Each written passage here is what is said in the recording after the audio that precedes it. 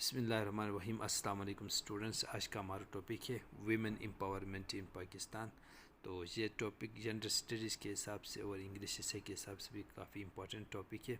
इसके ऊपर एक एसे उसको मैं रीड करूँगा, इंशाल्लाह आपको एग्ज़ाम पॉइंट ऑफ व्यू से बहुत फ़ायदा होगा।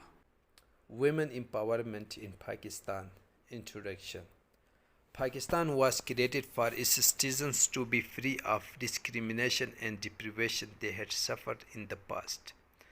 Citizens included women, and it was stated that they should stand side by side with men as their companions in all spheres of life. This sentiment was reflected in the constitutional proposals subsequently made, Article 25 and Article 34. In practice, however, the promise of equality has not only been ignored, it has been blatantly violated.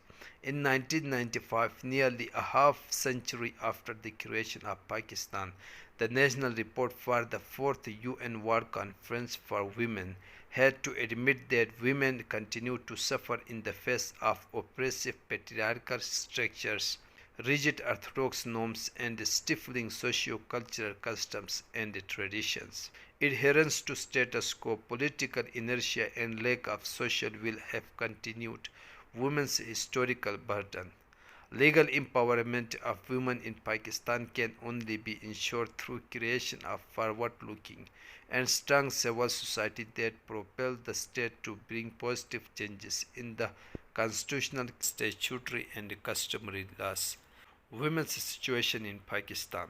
Studies on women and states have shown that the state is not a gender-neutral entity. Political dispensation at the state level can either reinforce female subordination or support female autonomy. The changing attitude of the Pakistan state towards women ranges from half-hearted policy measure at best to inaction and outright discrimination by enactment of retrogressive law, particularly during the military regime of 1977 to 1988. Legal status of women in Pakistani society. The Constitution of Pakistan recognizes the principle of equality of all citizens and the right to equal protection of the law. It specifically prohibits discrimination on the basis of gender and makes provision for measures to affirmative action by the state. However, the Constitution is silent on the critical issues such as women's reproductive rights as well as right to development or the environment, which is equally relevant for women. Coexistence of multiple legal systems provides different options for setting contentious issues concerning women's rights, and usually least favorable to women is implemented. Even the application of Muslims' laws is uneven. For instance, the lack of protection under statutory law of women's religious right to choose a spouse and the absence of punitive actions for not giving women their share of inheritance. Law hindering women development in society. Discriminatory legislation exists in Pakistan. This will necessitate an ijtihadi quantum jump to rectify the gap. Enlightened and liberal ulama should be motivated to undertake research in this area for implementation by the state. The law regarding sexual crime against a woman heavily favors men. The Zina ordinance confesses rape with adultery and places female victim of the former as well as the accused of the latter at particular risk. If the court is unable to establish rape and the woman becomes pregnant, her pregnancy is interpreted as evidence of her compliance in all illegal acts and therefore she is to be punished. Large numbers of women in prisons have been falsely and maliciously persecuted under this law for exercising their legal rights in freedom of choice of a marriage. The Law Evidence 1984 states that the value of a woman's testimony should be considered only half of a man's even in criminal matters. The Pakistani Citizen Act 1951 guarantees citizenship by descent only through the father. There is discrepancy in the minimum age of marriage for the girls at 16 and for the boys at 18. Women don't have an equal right of divorce. Right of divorce given to women through delegation, tafwis, through permissible in Islam. Yet the attitude of majority has led to its disuse. Furthermore, the procedure of women seeking divorce are quite complex. The Muslim Family Law Ordinance 1961 brought important reforms by making marriage registration mandatory, introducing a standardized marriage contract form, and laying down a procedure for divorce. However, it did not offer a fair post-divorce settlement. Pakistan Law Commission has recently taken up this issue, and some reform has been recommended which still needs to be implemented by the government. There is no legislation on domestic violence and honor killing. These are treated at par with other forms of violence. Cases of violence against women often go unpunished, like acid throwing and stove burning.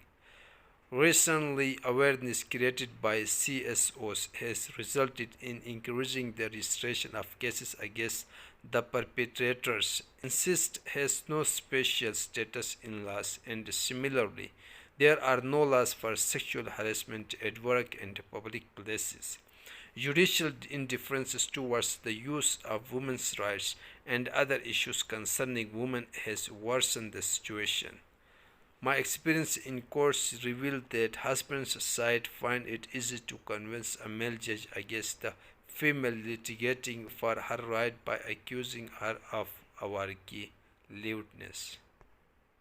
Options for legal empowerment of women.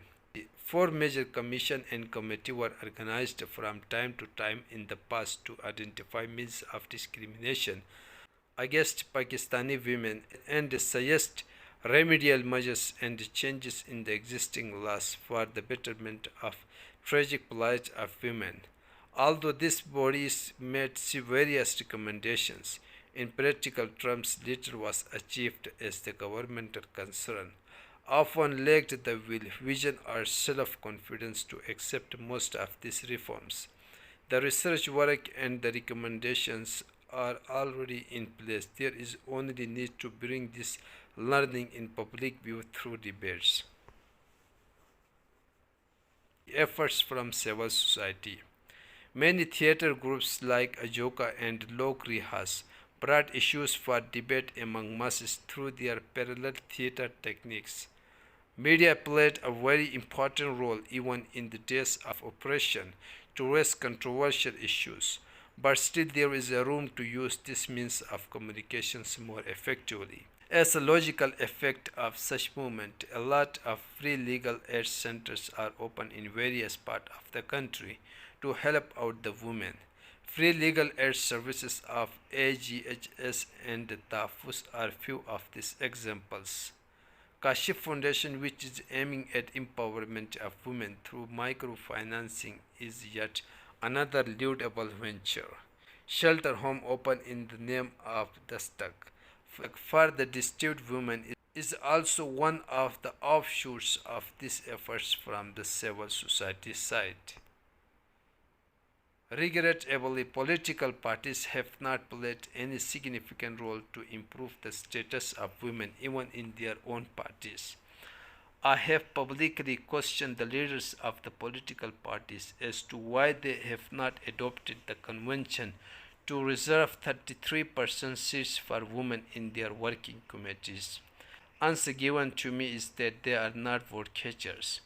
Unfortunately, on account of such myopic view of political leaders, the number of women politicians has gradually shrunk since the days of independence. It is dismal picture that out of 207 male members of the former National Assembly, there were only 5 women legislators, 2 senators out of 83 and only 1 woman out of 483 male-dominated provincial legislatures. Local bodies are a critical tier of government. In the recent local bodies election, women's participation was ensured by provision of 33% reserved seats for them. Same formula adopted for provincial and national assemblies would ensure improved human rights environment in the country. Conclusion. Although there is a gradual and increasing acknowledgement of women's autonomy as a development issue, empirical indicators show that women continue to have a lower quality of life, are disempowered, and face an inequality of opportunities in all areas of development relative to men.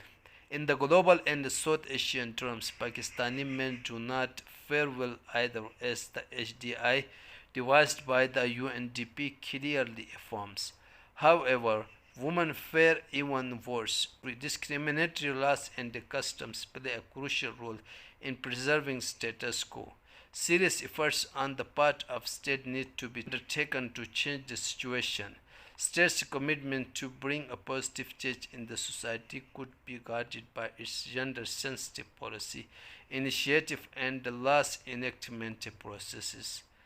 Presence of strong civil society organization could not only monitor initiative taken by the state, but can also keep their pressure on the state apparatus to bring changes at its earliest instead of delaying it in the name of other priority issues.